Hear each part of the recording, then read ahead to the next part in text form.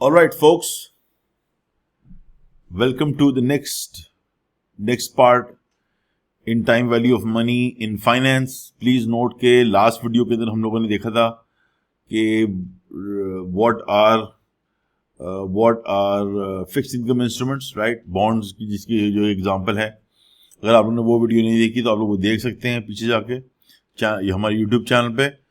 Please note के जो मैं ये दो वीडियोस में बनाई यानी ये वाली और लास्ट वाली वीडियो, ये बेसिकली आपकी जो है वो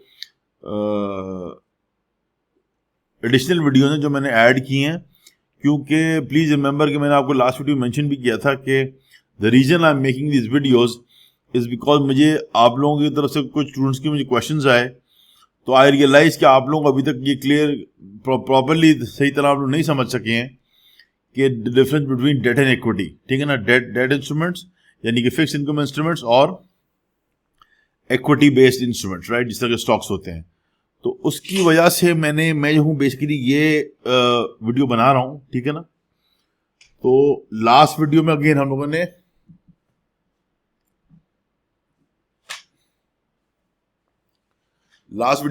ने फिक्स इनकम इंस्ट्रूमेंट डिस्कस किया और अब हम जो है वो इक्विटी इंस्ट्रूमेंट्स को डिस्कस करेंगे. ठीक है ना, तो लेट्स स्टार्ट.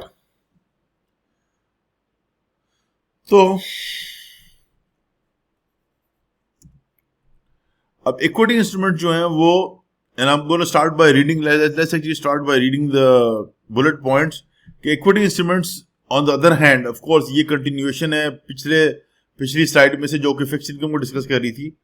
ठीक है ना, और रिमेंबर मैं आपको बहुत जल्दी से इन अ मिनट आपको मैं फिक्स इनकम की समरी कर देता हूँ कि फिक्स इनकम इंस्ट्रूमेंट्स वो इंस्ट्रूमेंट्स होते हैं जिसके अंदर फिक्स्ड पेमेंट्स होती हैं. आपको फिक्स्ड पेमेंट्स मिलती है, that is why it's called fixed income. ठीक है ना, फिक्स्ड इनकम आपको ऑलमोस्ट गारंटी करता है कि आपको फिक्स्ड इनकम मिलेंगी ऑन अ पीरियोडिक बेसिस. ठीक है ना, और आपका उसके अंदर लेंडर बोरोवर की रिलेशनशिप होती है. ठीक है, और उसके अंदर जो इनिशियल प्रिंसिपल जो इन्वेस्ट करते हैं वो भी at the maturity of the term वो वापस करना हो, वो इन्वेस्टर को या लेंडर को वापस मिल जाता है. ठीक है ना, अब हम आते हैं इक्विटी के ऊपर. ठीक है ना,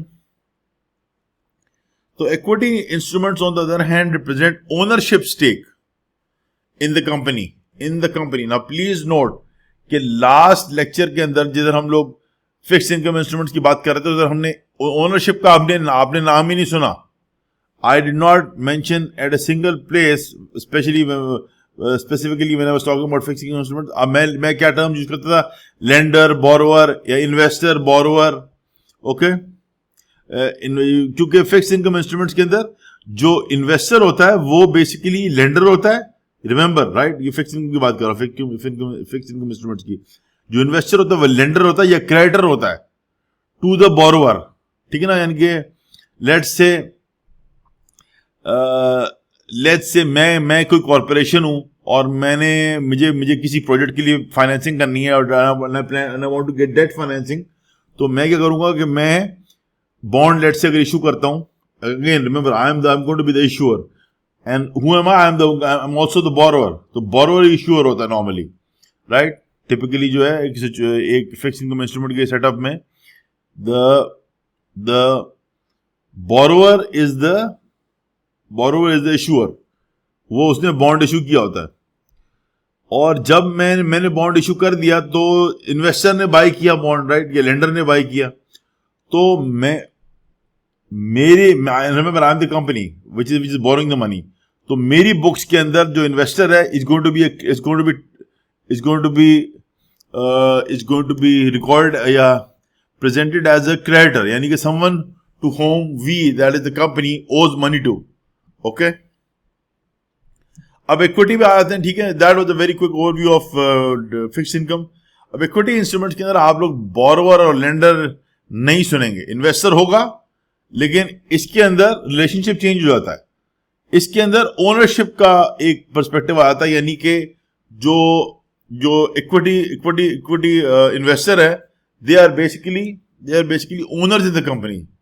ये पार्शियल ओनर्स, अगर शेयर्स ले रहे हैं, राइट, शेयर्स ले रहे हैं कंपनी के अंदर, तो पार्शियल ओनरशिप होगी, या अगर if you are buying the entire company out then of course you gonna be the whole and sole owner, ठीक है ना, depending on whatever situation it is. But share stocks के अंदर तो of course you are going to be a partial owner, right? Depending on how many shares of the company you have as compared to the total outstanding shares.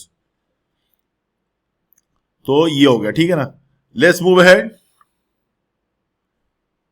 अब ये बता रहा है कि अब नेक्स्ट पॉइंट के अंदर डिस्कस करेंगे कि होता क्या है, ओनरशिप में क्या हो रहा होता है. ओनरशिप और लेंडिंग के अंदर और या बोरोइंग, डेट इंस्ट्रूमेंट में आपको बता दिया कि आपने पैसे बोरो किए हैं, the borrower has borrowed the money and they are legally liable to pay the periodic payments, ठीक है ना, ये कूपन पेमेंट अगर बॉन्ड्स हैं, और at the maturity of the bond अगर रेगुलर कूपन पेइंग बॉन्ड है तो उसको मैच्योरिटी पे भी उसको इनिशियल प्रिंसिपल भी वापस करना पड़ेगा.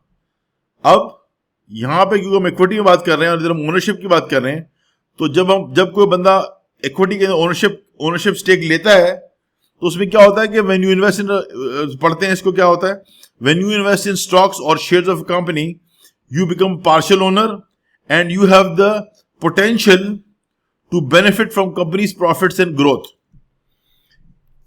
ये बहुत जरूरी बात समझने की है कि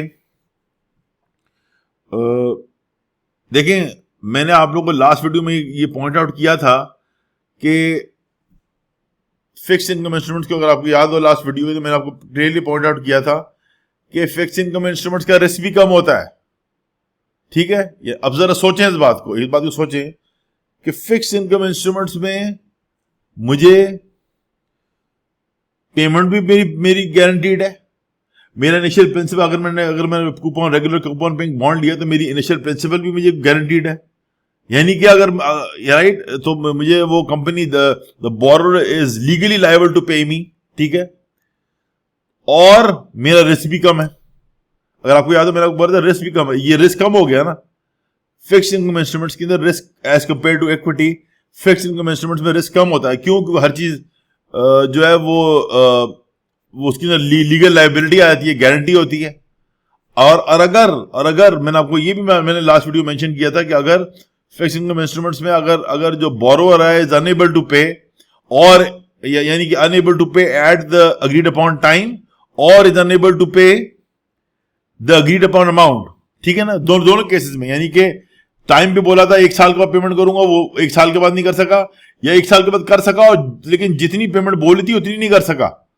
तो उस सिचुएशन के अंदर भी द लेंडर यानी कि the investor can take the वो उनकी टर्म्स एंड कंडीशंस होती हैं, राइट. अब इसके अंदर बहुत डिटेल में पढ़ने की जरूरत नहीं, लेकिन ये आप हैव टू अंडरस्टैंड कि it's possible for the lender to take the borrower to court and the court can make the borrower liquidate the company, यानी कि liquidate its asset, यानी कि sell off its assets and make the company pay the investor, in the bond investor, fixed income investor, ठीक है ना. तो अब ये सोचने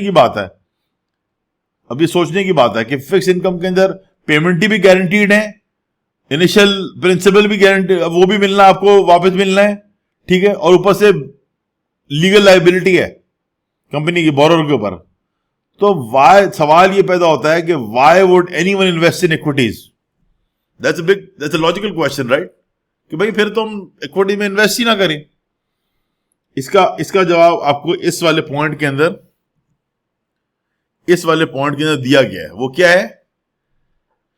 क्या है कि and I'm going to point it out first and फिर उसके बाद डिस्कशन करेंगे. And I'm going to read the point again. When you invest in stocks or shares of a company, you become partial owner. Remember, owner, not lender, creditor to the company, but owner of the company, and have the potential to benefit from future companies' profits and growth. This is the answer to the question. मैंने आपको अभी point out किया कि अगर सब चीजें तो हम लोग को अगर हम ऐसे डिस्कशन करें तो हमें तो लग रहा है भाई फिक्स इनकम हर तरीके से अच्छा है, हम कोई इक्विटी में कौन इन्वेस्ट करेगा? तो इसलिए इन्वेस्ट करेगा क्योंकि फिक्स इनकम वालों को ऑल्दो हर किस्म की मतलब ये सहूलत है कि रिस्क कम है, पेमेंट गारंटीड है, because of that although discussion अभी हमने की। लेकिन अगर कंपनी ग्रो करती है, लेट्स से कंपनी थी 10 million dollars, okay, 10 million dollars, इससे ग्रो करके वो बन गई 20 बिलियन डॉलर्स की, ठीक है ना। This doesn't happen very often, लेकिन it can happen, it does happen, right. Hundreds of % growth आ गई कंपनी के अंदर, हो जाता है, स्पेशली अगर स्टार्टअप्स में आप लोग देखें तो the companies can get very big, ठीक है ना, फ्रॉम देयर स्टार्टिंग पोजीशंस। जैसे स्टार्टअप करती हैं तो सब companies can grow very big and very fast. तो प्लीज रिमेंबर कि इस सिचुएशन में, यानी कि अगर कंपनी बहुत ग्रो कर गई है, फिक्स्ड इनकम इन्वेस्टर्स को उसमें से हिस्सा नहीं मिलेगा ग्रोथ के अंदर, उनको उतने ही पैसे मिलेंगे जो अग्रीड अपॉन थे। यू कैन अंडरस्टैंड, ये बात बहुत जरूरी है समझने के लिए। फिक्स्ड इनकम के अंदर जो ग्रोथ है उसके अंदर उनके कोई शेयर नहीं होता, लेकिन इक्विटी इन्वेस्टर्स का शेयर होता है। अगर कंपनी इस तरीके इस किस्म की मैसिव ग्रोथ करती है तो लेट्स से ये कितना हो गया, ये 20 बिलियन, ठीक है ना, 20 बिलियन कितना हुआ? This is a hypothetical case, लेकिन billion is what, 9 zeros, right? 20 billion divided by 10 million, okay? Just look at that. ये कितने % ग्रोथ आई? ये 3, ये 3, ये 1 और ये 1, ठीक है ना, 2000, okay? Right? और मैं उसको मल्टीप्लाइड बाय 100 कर दूं, ठीक है ना, तो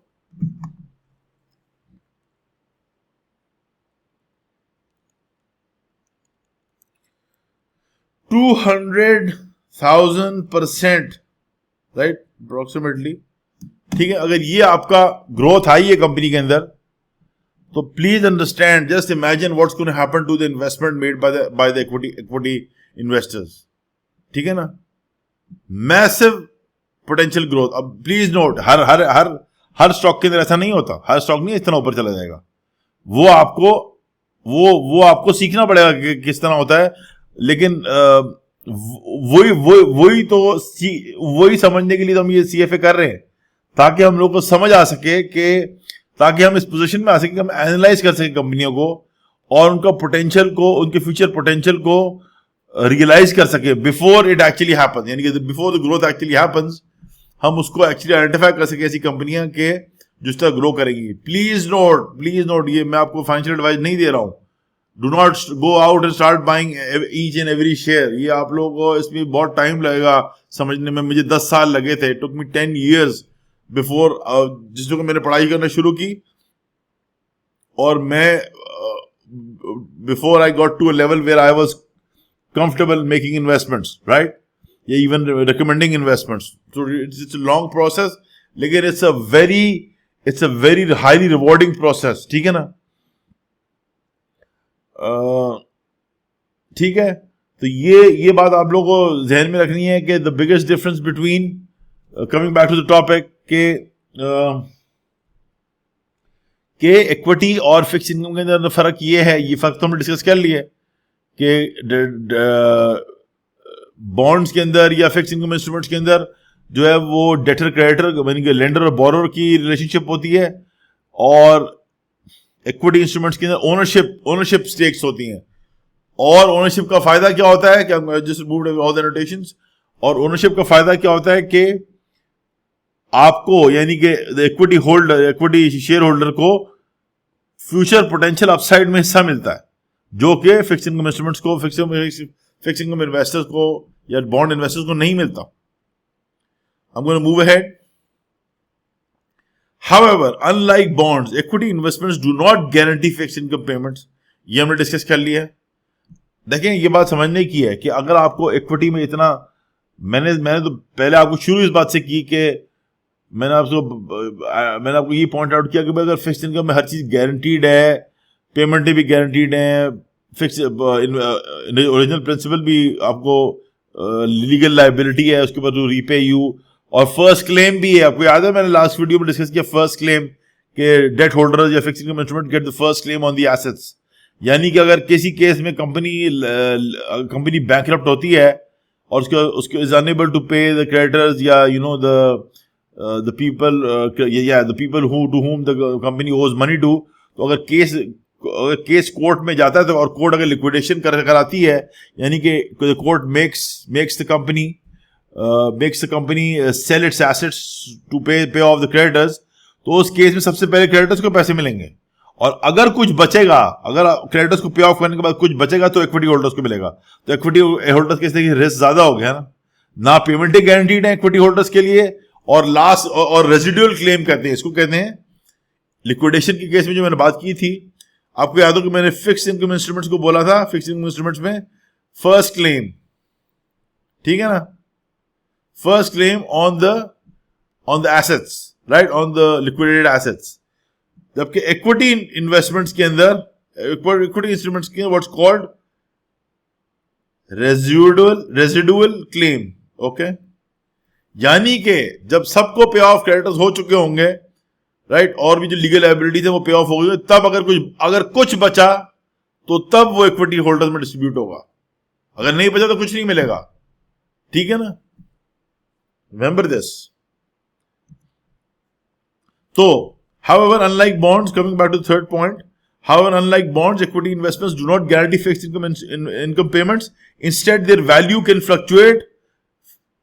किसकी equity instruments की value can fluctuate based on the company's performance, market conditions and investor sentiment. तो basically वो ये कह रहे हैं कि equity investments are more risky, ठीक है ना, और उसी वजह से, और लेकिन remember something very important, मैं इधर आपको एक और point out करूं कि one of the major fundamental rules of finance is higher the risk,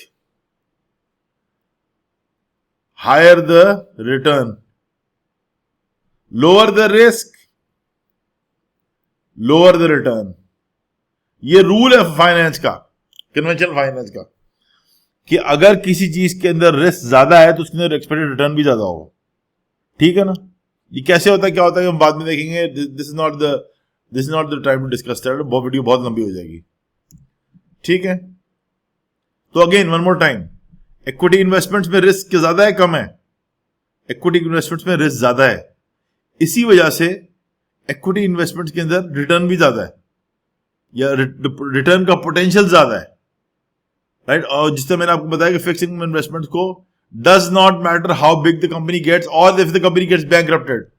अगर कंपनी बैंकरप्ट हो जाए, उसके सिचुएशन में भी सबसे पहले फिक्स्ड इनकम इंस्ट्रूमेंट्स वालों को मिलेगा।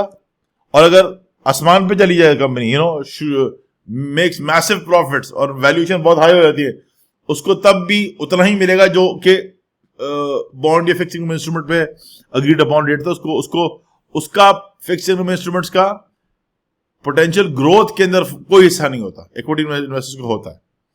और लास्ट पॉइंट पे आते हैं, while equities offer the potential for higher returns, they also come with higher risk due to their volatility and lack of fixed income payments. हमने ऑलरेडी डिस्कस कर लिया, ठीक है ना।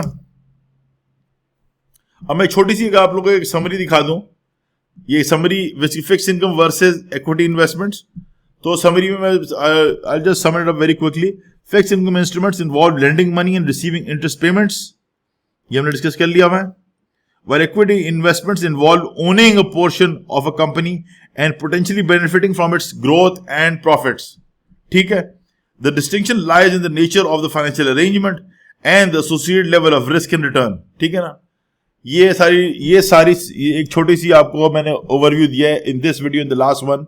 ये लास्ट वीडियो के अंदर इस वाली ये दो वीडियोस मैंने बनाई हैं, इसके अंदर मैंने आप लोगों को एक काफी डिटेल्ड, ऑफ कोर्स इसके अंदर बहुत सी और डिटेल्स भी हैं जो कि हम लोग जब हम fixed income, remember fixed income instruments आपका पूरा टॉपिक है लेवल 1 के अंदर, फिर लेवल 2 में भी है, और इक्विटी इन्वेस्टमेंट्स भी एक पूरा टॉपिक है लेवल 1 और लेवल 2 के अंदर दोनों।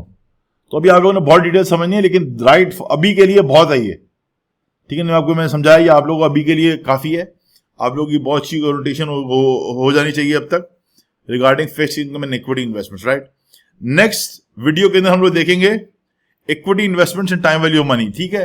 This is the reason, please note कि अभी हम लोग जो चैप्टर पढ़ रहे हैं, अभी हम लोग पढ़ रहे हैं time value money and in finance, right. तो उसके अंदर उस ये लर्निंग मॉड्यूल है 2024 के करिकुलम के अंदर, और मॉड्यूल के अंदर हम सब जो हेडिंग पढ़ रहे हैं वो अभी हमने लास्ट वाली वीडियो से पहले जो हमने करा था वो fixed income instrument time value money complete किया था। अब हम लोग शुरू करने वाले हैं equity investments and instruments and time value money in the next video. ये वाली वीडियो जो अभी आप देख रहे हैं, ये वीडियो लास्ट वीडियो मैंने वापस बना दी क्योंकि मैंने कहा आप लोगों को जरा और क्लैरिटी आ जाए, ये राइट। आप लोगों को मैंने थोड़ी सी ये आप समझे कि एडिशनल वीडियोस मैंने डाली हैं, ऐड की हैं to help you guys better understand what's going on with fixed income instruments and equity instruments, right? All right, guys, that's it for this video. मैं आप लोगों से I'll see you guys soon in the next one, जिधर हम discuss करेंगे equity instruments and time value money. That's it for now. Take care.